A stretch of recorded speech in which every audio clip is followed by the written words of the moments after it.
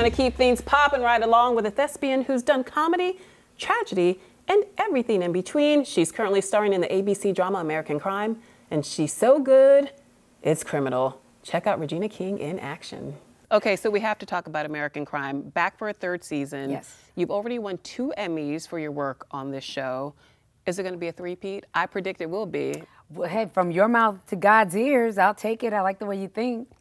It's just another great season, and there's not a performance, in my opinion, on every season of American Crime that's not honest. Everyone is so, they give 150%. This must be a dream project for you, because each season you get to play an entirely new character. And this season you're playing essentially a social worker, yes, who helps victims of sex crimes try to get out of the trade. What about this character appealed to you? We have so many heroes in our world that go unknown. Yes, unsung heroes. And yes, and Cara is she represents one of those people that made a decision early on to sacrifice their own life in a lot of ways to make sure that someone else has a life or lands on their feet. Sure. And obviously Cara is sensitive to children who are being abused, so that's the reason why she's entered that field or that part of social work. But the thing about most of those people, we don't get to see what they've sacrificed. And we see that in Cara's story.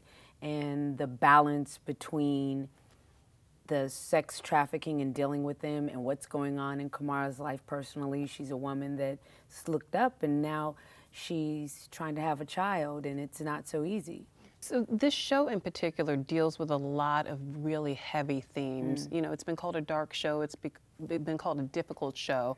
But why do you think viewers are so drawn to it? What John Ridley and the writers are doing on American Crime is they're not wagging a finger, they're not pointing blame, they're just presenting an honest story and leaving it in the audience's hands to question or do or walk away with whatever they're going to walk away with.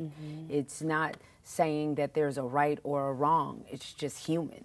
You've had an illustrious career and a very long career, and you were a child star who managed to make it out of being a child star unscathed. How did you do that? You know, I've got a mama. You know, not a mother, a mama. And there's a difference. What's the difference? Break it down. I got whoopings. No, so I mean, she wasn't playing around. No, and she's a teacher.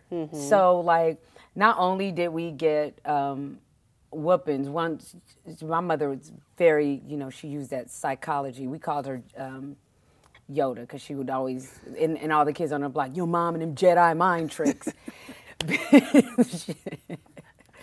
But when she realized that I would prefer a whooping to get in trouble, because after it happened, it's done, she realized, oh, I need to change the discipline game. So she would do things like make us write a paper about it, you know, like ditch school, write about why I ditched and things that could happen, and actually, you know, grade us on it, and if it wasn't right, would send us back to the lab and make corrections. Wow. Yeah. So I don't know. I just feel like those little things, they stick with you. As someone who has been in the industry for nearly 3 decades, do you think things have gotten better for women of color in the industry?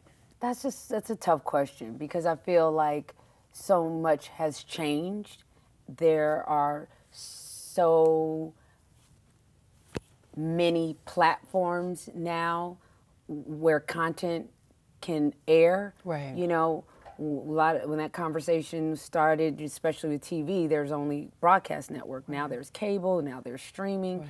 So when you put it in relation to that, I don't know, has it changed so much? Because there are more places for people of color to be. So if you do the math, I don't know that it's right. The ratio. Yeah, you're saying. Right. if it's changed that much. I mean, it's a wonderful thing seeing, you know, Kerry Washington and Viola Davis and really powerful actresses headlining shows. And you directing those powerful actresses. Right. How to Get Away with Murder, Scandal, all the work you've done behind the camera as well. Right. So that seems like it's gotten better. Yeah, at least but in I mean, television. If you look at the numbers, if you go to the DGA and look at the numbers of women behind the camera that are actually working, you know, there's a long list of DGA members that are female, but how many of them are actually working directors? Why was it important for you to step behind the lens and take the reins in that way? I think it's something that was innate. You know, I know it's something that prior to it actually happening, it's something that I discovered I wanted to do. Maybe around 30 years old, I realized that as a director, you have the opportunity to work with everyone, the entire crew. And what we do in this industry is so galvanizing, and a director has the opportunity to tell the story through a much broader lens, opposed to as an actor, you're living or telling just your part of that story. Okay, so what's next for you? Because you keep 15 jobs, Right. so what's the 16th job? 16th job right now. I'm working on 7 Seconds. It's a Netflix show that is, again, a very emotional show. I kind of like things that make people feel uncomfortable, I guess, because when you move outside of your comfort zone, that's when change happmes. Well, thank you for provoking this conversation. Well, thank you for making it fun, because usually fantastic. it's just the same old questions, and you had me stumped a couple times, like stump the king.